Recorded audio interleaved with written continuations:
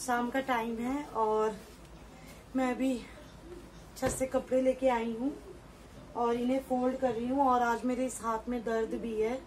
जी हाँ, इस बार कोरोना तो वैसे कुछ खास डरावना साबित नहीं हुआ अगर हमने प्रिकॉशन को फॉलो किया, मतलब मास्क पहना, सोशल डिस्टेंसिंग की, हैंड हाइजीन रखा, होम हाइजीन रखा तो।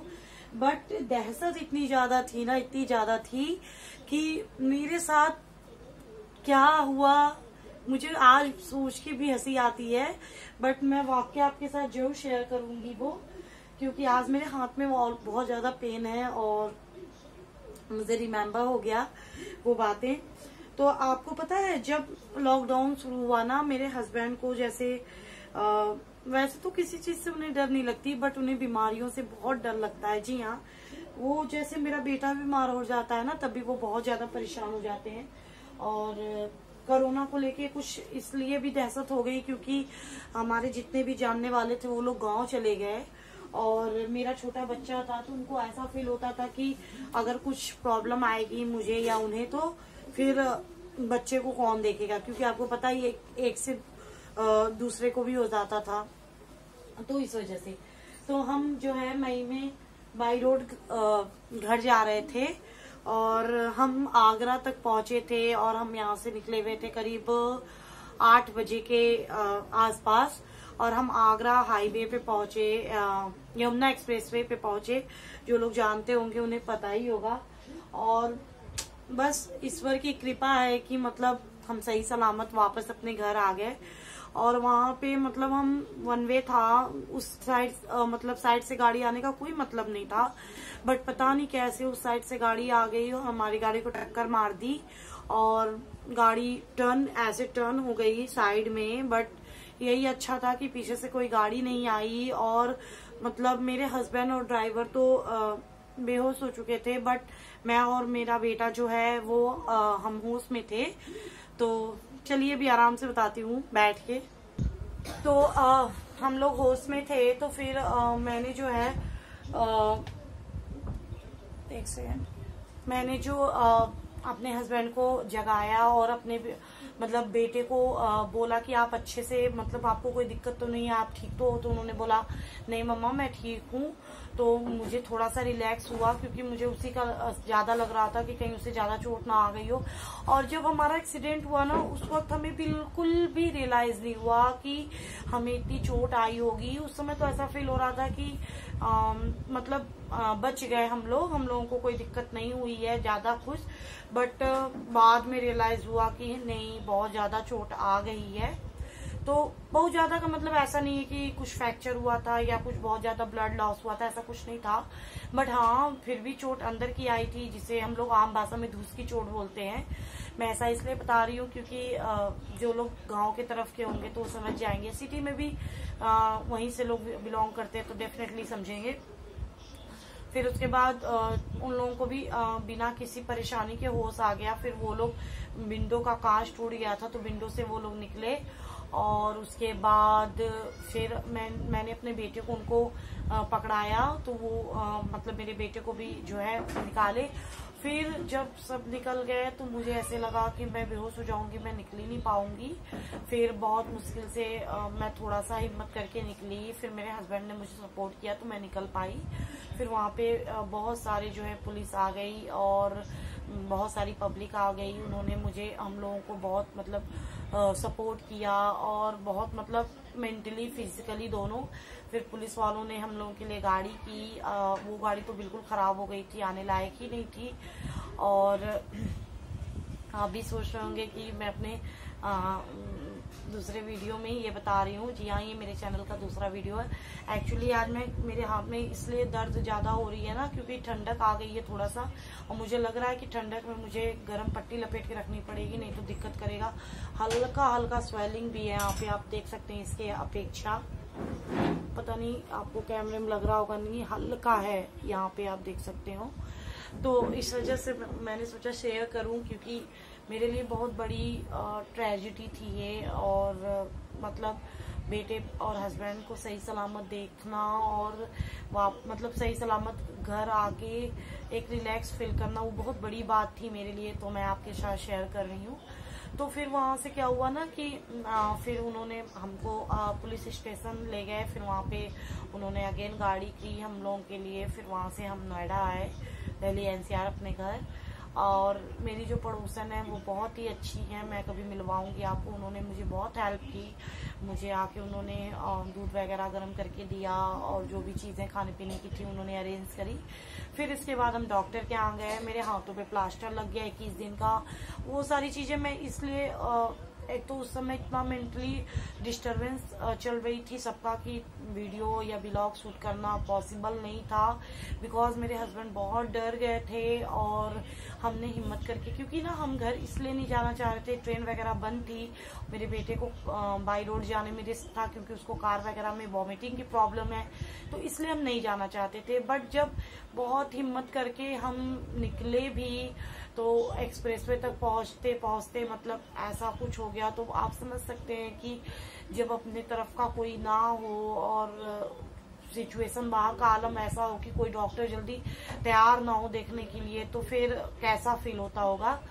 तो बहुत ही पेनफुल टाइम था। और आज मैं शुक्र करती हूँ भगवान का, माता रानी का, कि फाइनली वो टाइम निकल गया और फिर कभी ये टाइम ना आए, कभी ना आए ऐसा टाइम। तो मतलब फिर एक डॉक्टर ने हमको देखा, उन्होंने बहुत ज्यादा मतलब ना पैसे चार्ज कर दिए, बहुत ज्यादा। मतलब आप वन टाइम में सिर्फ उन्होंने कच्चा प्लास्टर लगाया, कुछ मेडिसिन दिए, बेटे को देखा, हस्बैंड को देखा। बेटे को तो हल्की सी खरोंच आई थी कमर में, हस्बैंड के जीभ में लगी थी, तो ऑलरेडी ठीक हो जाती, बट हमने दिखा दिया कि कोई इशू ना हो, बाद में कोई दिक्कत ना हो। बट उन्होंने एक बार में 6000 चार्ज किया, सेकेंड टाइम में तो सिर्फ मेरे हाथ का पक्का प्लास्टर चार्ज, जबकि मेरे हाथ में ऐसा कुछ दिक्कत नहीं था, मांसी फटी हुई थी। अगर वो अच्छे से प्रॉपर मेडिसिन देते तो वो ठीक हो जाता, बट उन्होंने अपना पैसा चार्ज किया। और आप समझ ही सकते हैं कि कितना परेशानी हुआ। फिर 21 दिन तक जो है मेरा एक हाथ में प्लास्टर था, मैं एक हाथ से ही खाना बनाती थी क्योंकि मेरे हस्बैंड खाना नहीं बना पाते, तो वो मुझे हेल्प करते थे। मेरी जो पड़ोसन थी वो हेल्प करती थी और मैं मतलब दाल चावल सब्जी एक हाथ से, इस वाले लेफ्ट में था तो राइट वाले से मैं बनाती थी। फिर भी जून में जाके सिचुएशन बहुत खराब हुई। मई लास्ट या जून स्टार्टिंग, मुझे ठीक से नहीं याद है, I think June starting first week या सेकेंड वीक था। बहुत स्थिति खराब हो गई दिल्ली की, तो हस्बैंड अगेन डर गए। फिर हमने जो है लखनऊ से ट्रेन चलने लगी थी, सॉरी लखनऊ तक ट्रेन चलने लगी थी दिल्ली से, तो फिर हमने ट्रेन की टिकट ली। उसके बाद हम लखनऊ से दिल्ली से लखनऊ पहुंचे। फिर लखनऊ से हम बाई रोड घर पहुंचे, आजमगढ़ घर है मेरा। फिर वहां पहुंचे, फिर इतनी बारिश की आप पूछिए मत, नेटवर्क बिल्कुल मोबाइल में नहीं रहता था। और बेटा भी जो है वहां जाके बीमार पड़ गया और हस्बैंड की भी लीव नहीं थी। और उनके जितने भी साथ के थे बोल रहे थे कुछ नहीं होगा, आप ज्वाइन कर लो, कोई दिक्कत होगी तो हम हैं, हम आपको सपोर्ट करेंगे वो करके। तो फिर उनका भी माइंड चेंज हो गया घर जाके, और वो वापस आके जो है अपना जॉब कंटिन्यू करना चाहते थे। बट मेरा मन नहीं माना कि उनको अकेले मैं कैसे ऐसे सिचुएशन में छोड़ दूं, तो तो फिर मैं भी उनके साथ 2 दिन रुक के ही घर पे आ गई। फिर एक दिन मैं पहुंची, एक दिन रुकी, फिर तीसरे दिन हम निकले। फिर हमने टिकट जो है बुक किया, अवेलेबल था। फिर हम लखनऊ तक बाई रोड आए। बेटे की तबीयत खराब थी, लखनऊ पहुंचते पहुंचते उसको बहुत ज्यादा वॉमिटिंग हुई, ट्रेन में भी तबीयत खराब हो गई। बट किसी भी तरीके से फाइनली हम यहाँ पहुंचे और उसकी तबीयत जो है उस समय ठीक हो गई। फिर वो अगस्त में जाके उसको अगेन प्रॉब्लम हो गई। बट अच्छा हुआ कि हम जहाँ दिखाते थे वो डॉक्टर बहुत अच्छे थे, उन्होंने हमारी बहुत हेल्प की। और मैं आपको उसका परिचय दिखाऊंगी अभी बैक कैमरे से।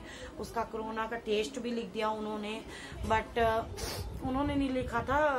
हम 15 अगस्त को गए थे, उस दिन लीव था, तो किसी जो मतलब इमरजेंसी में डॉक्टर होते हैं उन्होंने लिखा था। बट वो डॉक्टर उस समय मौजूद थे, फिर मैंने उनको बुलवाया तो वो आए, तो उन्होंने कोरोना का टेस्ट रोक दिया और नॉर्मली दवाइयाँ लिखी।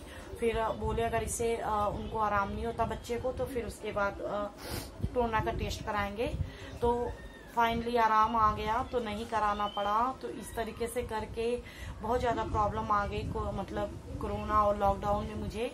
बट फाइनली आप लोग सबकी दुआओं की वजह से और सबकी हेल्प की वजह से आज मैं आप लोगों के सामने हूँ, अपनी फैमिली सहित ठीक ठाक। तो इसलिए मैं आप लोगों से ये चीज़ शेयर करके थैंक यू बोलना चाहती थी कि मतलब दुआओं में बहुत असर होता है। सच में भगवान है और भगवान पे अगर बिलीव किया जाए तो कोई चीज ऐसा नहीं है जो होता नहीं। एक्चुअली हम जानते हैं कि भगवान है, हम पूजा भी करते, सब कुछ करते हैं, बट कभी कभी क्या होता है ना, जो बहुत सारी प्रॉब्लम हमारे ऊपर आती है तो हम थोड़ा सा हमारा विश्वास जो है डगमगा जाता है। पर ऐसा नहीं करना चाहिए, अपने विश्वास को बनाए रखना चाहिए, क्योंकि जब मुश्किल आती है तो उसी में हमारी पहचान होती है कि हम कितने जो है मजबूत हैं और इस मुश्किल का सामना कर सकते हैं। तो चलिए मैं आपको दिखाती हूँ कि कोरोना का टेस्ट लिखा गया था बट नहीं हुआ, और थैंक टू उनका कि उन्होंने जो है मेरे बेटे को बहुत सपोर्ट किया और कोरोना के टेस्ट से बचाया। कोरोना का टेस्ट इसलिए दिक्कत लग रहा था मुझे क्योंकि बच्चा था और उसको ऐसा कुछ था भी नहीं, मुझे श्योर था क्योंकि मैं बहुत एहतियात बरतती थी। देन 24 आवर्स हमें अलग रूम में शिफ्ट करना था, तो इस वजह से और कोई प्रॉब्लम नहीं थी मुझे टेस्ट कराने में। तो चलिए मैं बैक कैमरे दिखाती हूँ। ये आप देख सकते हैं मेरे बेटे का नाम लिखा हुआ है कार्तिकेय सिंह। ये आप डेट भी देख सकते हैं 15/8/2020 और 11:25 AM पे मैं दिखाने गई थी उनको। ये आप साफ देख सकते हैं CBC, CRP, blood culture, LFT, COVID-19, RT PCR। But thank to him कि उन्होंने जो है इस टेस्ट को रोक लिया और फाइनली जो है मेरा बेटा मेडिसिन से ही ठीक हो गया। तो अभी आपने देखा, मैंने बैक कैमरे से आपको दिखाया। तो बस मुझे यही कहना है कि मुश्किल कितनी भी बड़ी क्यों ना हो पर उसको एक दिन निकल ही मतलब हट ही जाना है। समय कितना भी खराब क्यों ना हो पर उसको निकल ही जाना है। तो बस यही था कि आप अपने विश्वास को जरूर बनाए रखें भगवान पे और खुद पे।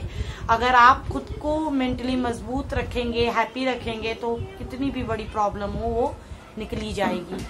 तो बस मेरे कहने का इतना ही मतलब था कि जो है कभी भी किसी भी परेशानी से कभी घबराना नहीं चाहिए, क्योंकि मैंने अपने हस्बैंड को देखा बहुत ज़्यादा दर्द में, परेशानी में, इसलिए मैंने इस वाकया को शेयर किया ताकि अगर किसी के साथ ऐसा हो तो मेरी वीडियो से उन्हें थोड़ा सा जो है फेथ मिले और थोड़ा सा होप मिले और जो भी प्रॉब्लम किसी के भी लाइफ में हो तो वो दूर हो जाए।